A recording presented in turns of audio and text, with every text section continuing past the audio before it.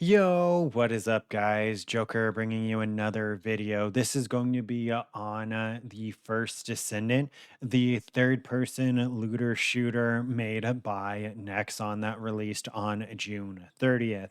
This is going to be a relatively short video because I'm kind of late on this one. Everyone and their mom already said pretty much everything there is to say about this game. There's not a whole lot, so that's why I'm saying like there's not very much that I can say that hasn't really already been said. But I wanted to go ahead and wait until I beat the story of the game to give an opinion on it. And in the background, you're gonna see me killing the Devourer, the last boss in the story, I do believe.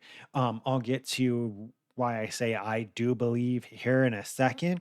But for some quick background, third person looter shooter games, in case you don't know, are going to be games like Destiny, The Division, Borderlands, Warframe, games like that, right? Just so you have a frame of reference in case you don't, in case you can't picture it off the top of your head of what type of game this is. It's going to be games like those, and it shares a lot of the same systems that Destiny does have. Like a lot of it looks very similar to Destiny, but in my opinion, a lot of it actually does look a lot closer to Defiance.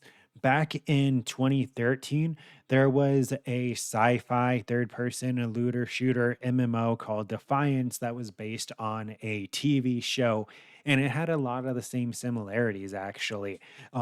Even eerily similar with like loading screens, the map, like a lot of the systems almost seem like they were taken from Defiance.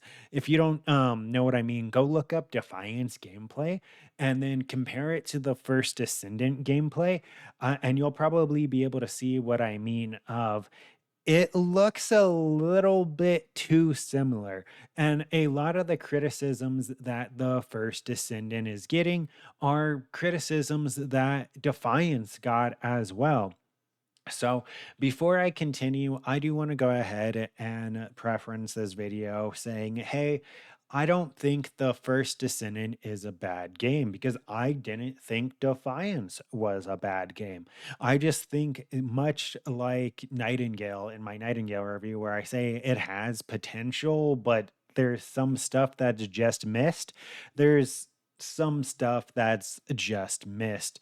So, essentially, what you're going to be doing in the first Descendant is you're going to be doing 6 small missions, doing a dungeon with a group of players, and going to kill a Colossi. The Devourer is what a Colossi is.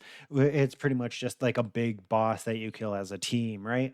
And then you do a little bit of story, you go do 6 missions, and you rinse and repeat. That's the entire gameplay loop.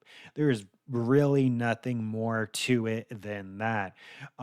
There's a large amount of grinding in it as well. So if you don't like really grindy games, you're not going to like this game.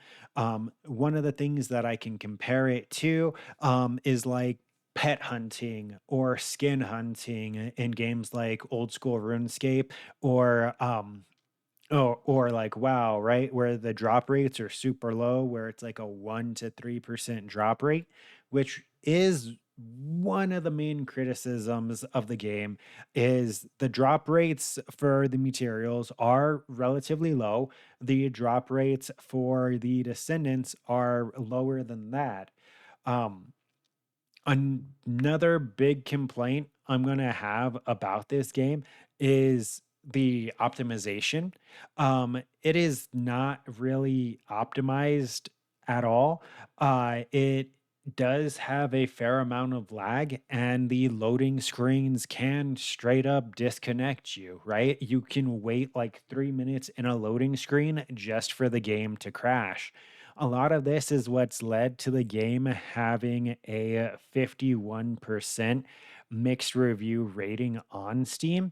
And honestly, I would have to kind of agree with the unoptimization, the gameplay loop being kind of small, with it being extremely grindy, and with the extremely predatory microtransactions.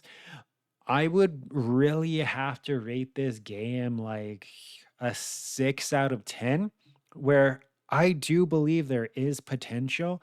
And if this game would have been brought to us by any other studio, right? I feel like it would have a lot more potential.